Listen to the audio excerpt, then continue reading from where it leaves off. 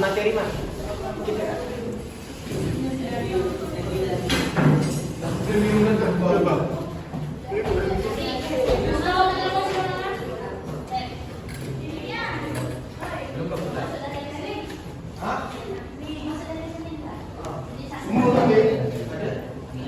Nanti materinya sedikit dah tadi namanya. Kan udah haknya udah.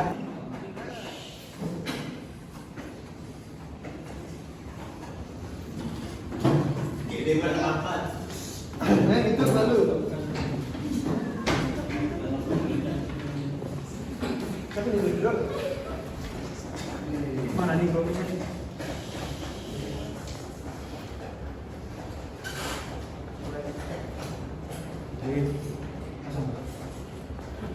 Selamat pagi teman-teman semua. Pagi. Pada kesempatan pagi hari ini, terima kasih atas kesempatannya. Izinkan kami dari kelompok 3 mulai presentasi dengan siuntayan kata mutiara. Seperti yang itu, saat pertama bersua. Semoga setiap ide yang kami sampaikan bisa mengena. Tak hanya sekadar menjelajah data, tetapi juga memberikan makna. Karena seperti cinta ilmu yang disampaikan dari hati akan lebih mudah terasa.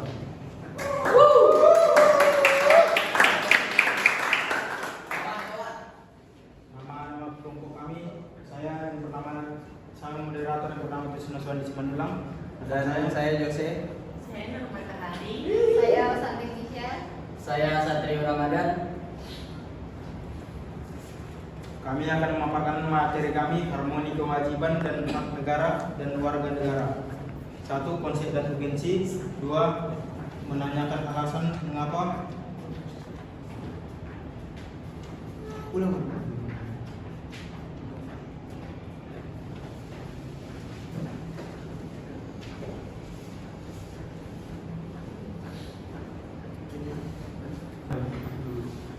Saya moderator yang bernama Trisno Suwandi Simandulang dan rekan saya. Tadi kita nama udah. Kelompok kami membawa materi harmoni kewajiban dan hak negara dari warga negara dan warga negara. 1. Konsep dan urgensi. 2. Menanyakan alasan mengapa diperlukan. 3. Menggali sumber historis sosiologi politis. 4. Membangun argumen tentang dinamika dan tantangan. 5. Mendeskripsikan esensi dan urgensi. Kami mulai yang pertama, konsep dan urgensi. Oke, di sini saya akan menjelaskan konsep dan urgensi. Yang A, konsep dan menelusuri konsep dan urgensi harmoni kewajiban dan hak negara dan warga negara. Dalam tradisi budaya Indonesia semenjak dahulu kala, tatkala wilayah Nusantara ini diperintah raja-raja, kita lebih mengenal konsep dan kewajiban dibandingkan konsep hak. Konsep kewajiban selalu menjadi landasan sosiologis dalam hubungan rakyat dan penguasa. Rakyat wajib patuh kepada titah raja tanpa resep sebagai bentuk penghambaan total. Horizon kehidupan politik daerah jajahan mendorong aspek kewajiban sebagai postulat ide dalam praksi kehidupan politik, ekonomi, dan sosial budaya. Lambat laun terbentuklah mekanisme mengalahkan diri dalam budaya Nusantara, bahkan dalam tradisi Jawa. Alasan kewajiban mengalahkan hak telah terpatri sedemikian kuat, mereka masih asing terhadap diskursus hak. Istilah kewajiban jauh lebih akrab dalam dinamika kebudayaan mereka. Sejak perjuangan yang bersifat kedaerahan, dilanjutkan perjuangan menggunakan organisasi modern, dan akhirnya perang kemerdekaan memungkinkan kita sekarang ini lebih paham akan budaya dan hak daripada kewajiban. Akibatnya, tumbuhlah mentalitas yang gemar menuntut hak dan jika perlu dilakukan dengan berbagai cara termasuk dengan kekerasan. Akan tetapi ketika dituntut untuk menunaikan kewajiban malah tidak mau. Dalam sosiologi konsep ini dikenal dengan istilah strong sense of entitlement. Oke, sekian dari konsep dan urgensi.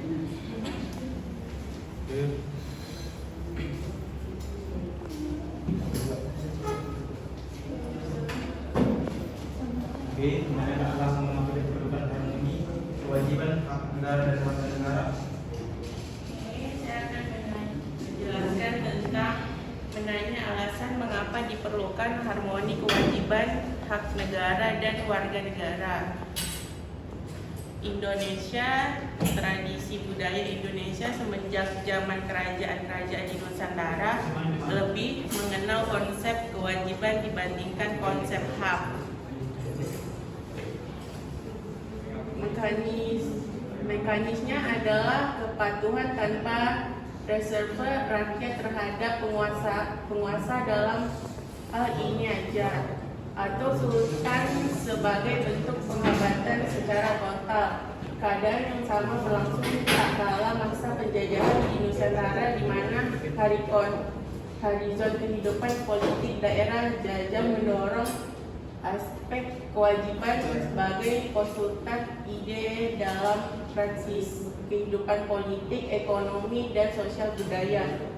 Dua kekuatan inilah yang mengkonstitusi pemikiran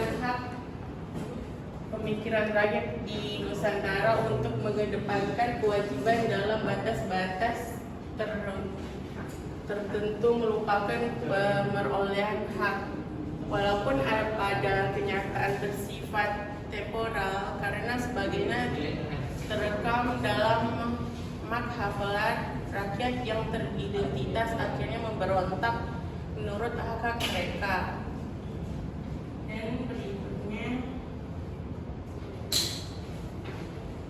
menggali sumber historis, sosiologis, politik tentang harmoni kewajiban dan hak negara dan warga negara Indonesia. Satu, ada sumber historis. Secara historis, perjuangan menegakkan hak asasi manusia terjadi di dunia barat.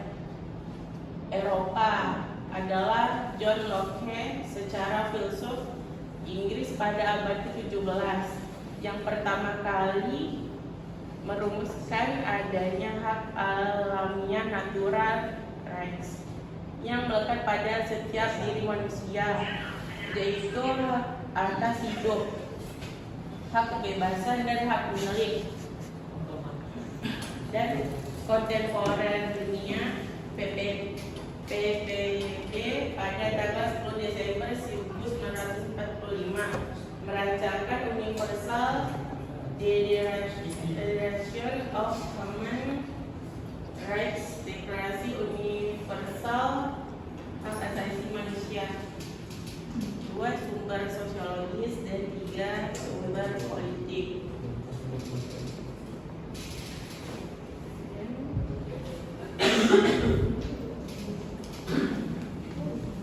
Dia membangun argumen tentang dinamika dan tantangan integritas nasional.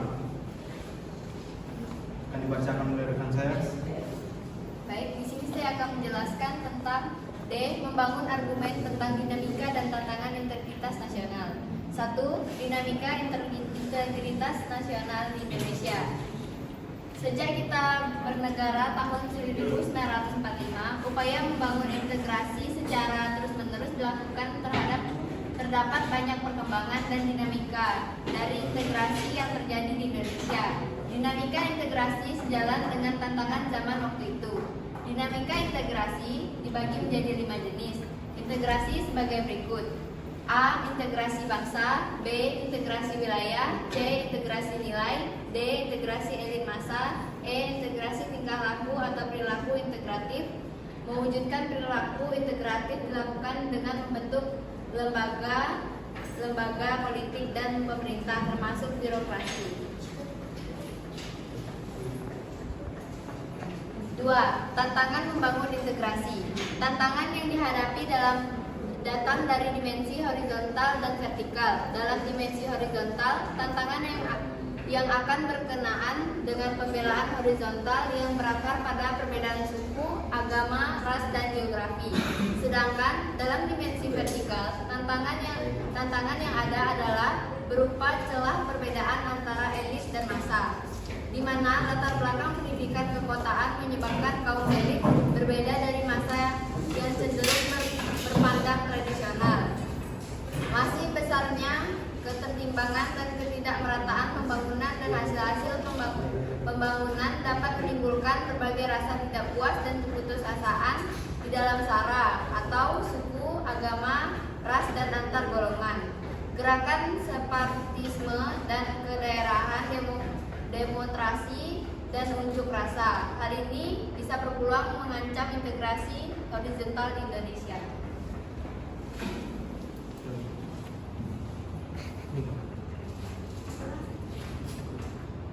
Rangkuman tentang integrasi nasional Indonesia akan dibacakan oleh rekan saya. Yuk.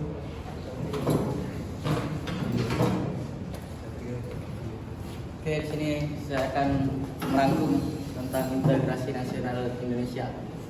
Satu, integrasi nasional berasal dari kata integrasi dan nasional. Integrasi berarti memberi tempat dalam suatu keseluruhan. Dalam kamus bahasa Indonesia, integrasi berarti pembaruan hingga menjadi kesatuan yang bulat dan utuh. Kata nasional berasal dari kata nation yang berarti bangsa sebagai persekutuan hidup manusia. Yang kedua, integrasi nasional merupakan proses mempersatukan bagian-bagian unsur atau elemen yang terpisah dari masyarakat menjadi kesatuan yang lebih bulat, sehingga menjadi satu nation atau bangsa. 3. Jenis-jenis integrasi mencakup 1. Integrasi bangsa, 2. Integrasi wilayah, 3. Integrasi nilai, 4. Integrasi elit massa, dan 5. Integrasi tingkah laku atau perilaku integratif. Yang keempat, dimensi integrasi mencakup integrasi vertikal dan horizontal.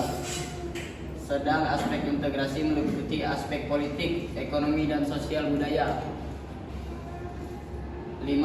Integrasi berkebalikan dengan disintegrasi. Jika integrasi menyiratkan adanya keterpaduan, kesatuan, dan kesepakatan atau konsensus, disintegrasi menyiratkan adanya keterpecahan, pertentangan, dan konflik. 6. Model integrasi yang berlangsung di Indonesia adalah model integrasi Imperium Majapahit, model integrasi kolonial, dan model integrasi nasional Indonesia. Mendeskripsikan esensi dan urgensi harmoni kewajiban dan hak negara dan warga negara. Undang-Undang Negara Republik tahun 1945 tidak hanya memuat aturan dasar ihwal kewajiban dan hak negara, melainkan juga kewajiban dan hak warga negara. Dengan demikian terdapat harmoni kewajiban dan hak negara di satu pihak dan kewajiban dan hak warga negara di pihak lain. Menggunakan pendekatan kebutuhan warga negara yang meliputi agama, pendidikan, dan kebudayaan, perekonomian nasional, dan kesejahteraan rakyat, serta pertahanan dan keamanan.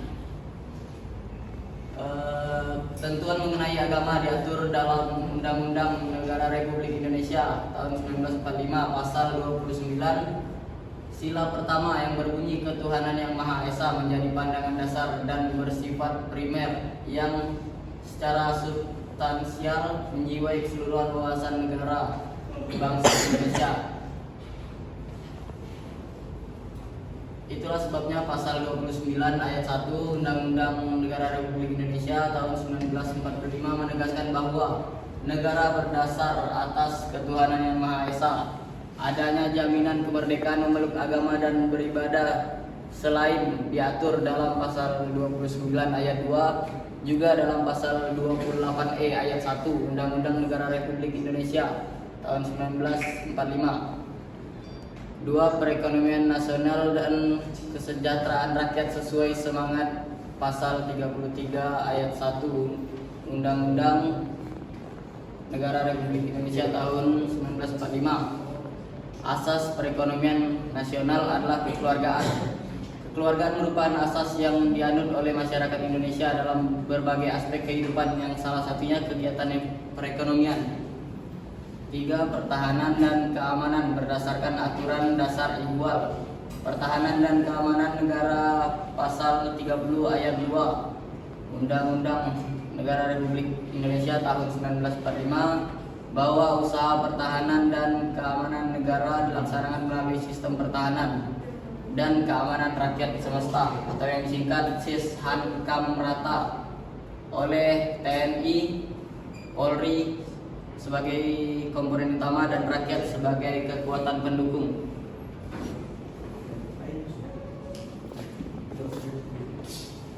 Sekian dari kami, terima kasih. Jika ada yang mau bertanya, kami persilakan.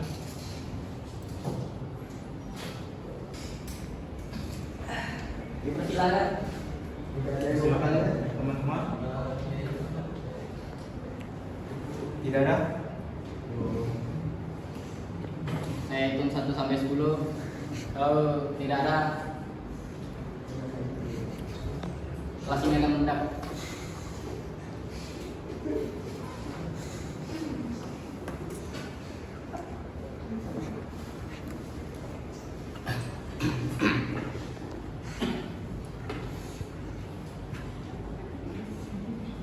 Apakah ada rekan-rekan semua? 1.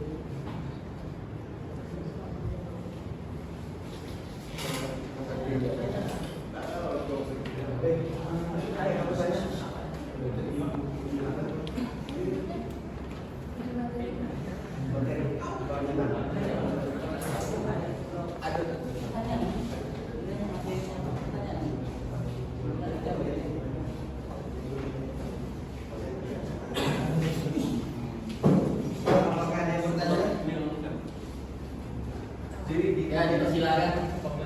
Saudara Adot. Apa makna kebebasan menurut John Stuart Mill? Oke, terima kasih dari saudara Gatot. Pertanyaan sangat bagus. Mantap. Berdaging. Berdaging berlemak. Lemah. Menurut siapa? John Stuart John Smith. Stuart Mill.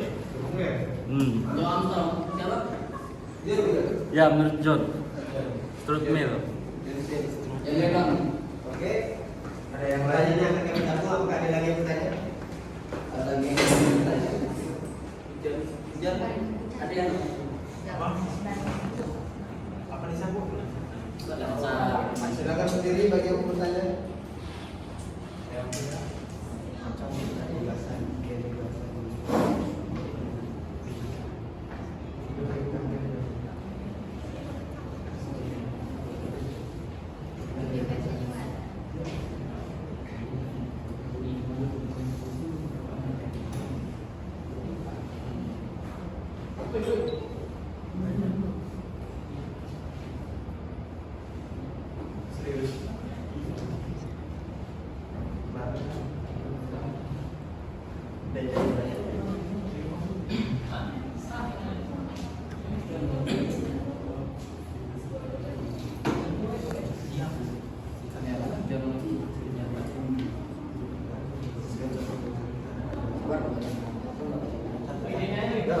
Silakan berdiri.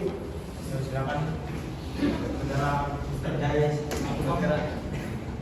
Perkenalkan, nama saya Christian Sisdai. Saya dari kelompok 2. Ingin bertanya, ceritakan mengenai makna Carta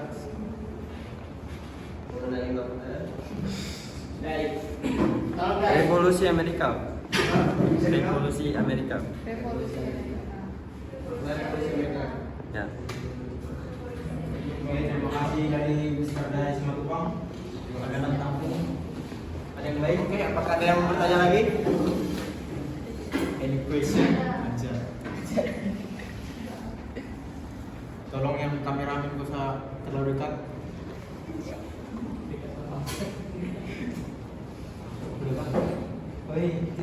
Baik, silakan berdiri.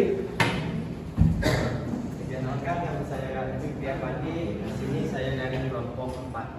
Saya ingin bertanya, hak asasi manusia ini kan sudah diakui seluruh dunia dan bersifat universal. Apa sih makna kata universal tersebut?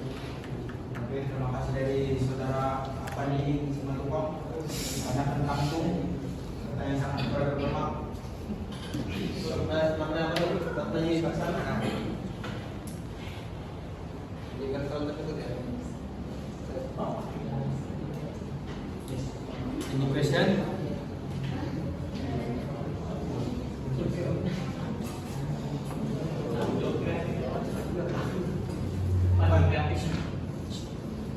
bersama Bu. Apa itu yang ayat atau universal? Apa pengertian kata universal? Karena universal diakui seluruh Indonesia, jadi apa artinya dengan diakui seluruh Indonesia gitu? Baik, apakah ada lagi? Oh, sabar.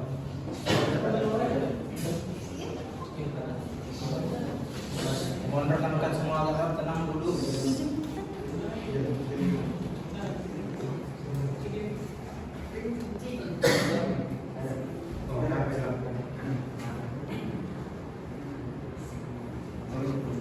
Tiga pertanyaan jangan tiga pertanyaan.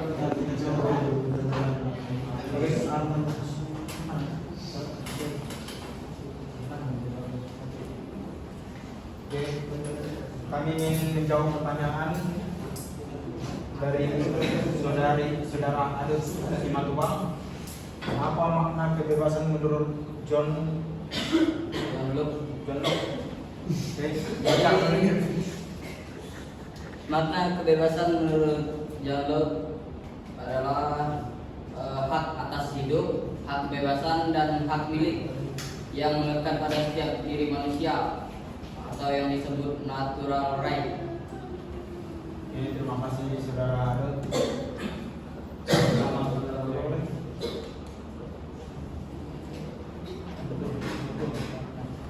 Oke, Santai loh ya. Tenang.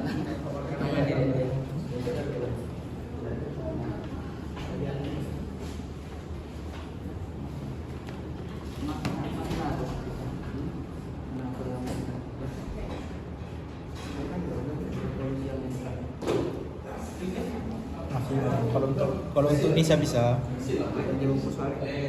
Oke, ada pertanyaan lagi yang lain? Pertanyaan terakhir. Siapa namanya? Anissa. Apa? Bisa. Bisa. Assalamualaikum warahmatullahi wabarakatuh. Saya Anissa dari kelompok 1 ingin bertanya, apa yang dimaksud dengan hak dan kewajiban dan apa hubungannya antara hak dan kewajiban tersebut? Terima kasih Bisa. Apa Pertanyaan yang sangat bagus. Apa hubungan antara hak dan kewajiban? Hubungan. Iya. Hubungan dan kewajiban itu apa? Begini. Keterikatannya, bedanya, perbedaannya. Kawan kamu hak sama kewajiban. Masih kalau di sini pun pertanyaan nih.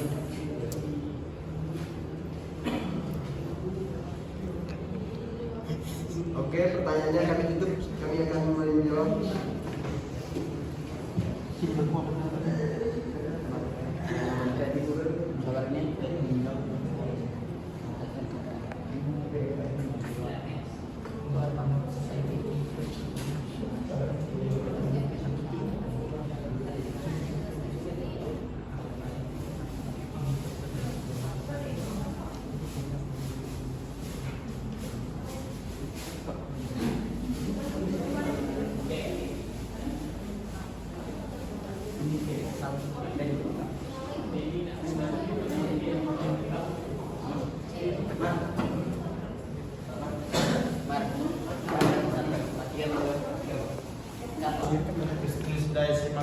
Ceritakan mengenai makna revolusi Amerika. Jadi jawabannya, perang kemerdekaan rakyat Amerika Serikat melawan penjajahan Inggris disebut Revolusi Amerika. Declaration of Independence, Deklarasi Kemerdekaan Amerika Serikat menjadi negara merdeka tanggal 4 Juli 1776 merupakan hasil dari revolusi ini. Bagaimana jawabannya? Ada apakah puas? Betul. Sangat jelas. Oke, selanjutnya kami akan menjawab pertanyaan dari saudari Nisa. Apa yang dimaksud dengan hak dan kewajiban hubungannya? Apa yang dimaksud dengan hak dan kewajiban serta hubungan keduanya? Hak adalah kuasa untuk menerima atau melakukan sesuatu yang semestinya diterima atau dilakukan oleh pihak tertentu dan tidak dapat oleh pihak lain manapun, juga yang pada prinsipnya dapat dituntut secara paksa olehnya. Wajib adalah beban untuk memberikan sesuatu yang semestinya dibiarkan atau diberikan oleh pihak tertentu, tidak dapat oleh pihak lain manapun, yang pada prinsipnya dapat dituntut secara paksa oleh yang berkepentingan. Bagaimana saudara Was? Oke, kami akan lanjut pertanyaan dari saudara Pandi. Hak asasi manusia apa?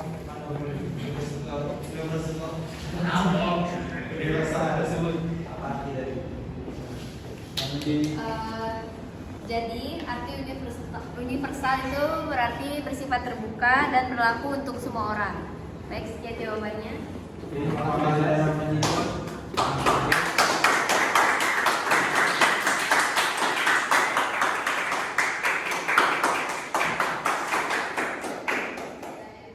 Oke, kami sekian dari paparan materi kami. Jika ada yang kurang kata-kata, mohon maaf. Kami akhiri. Salam.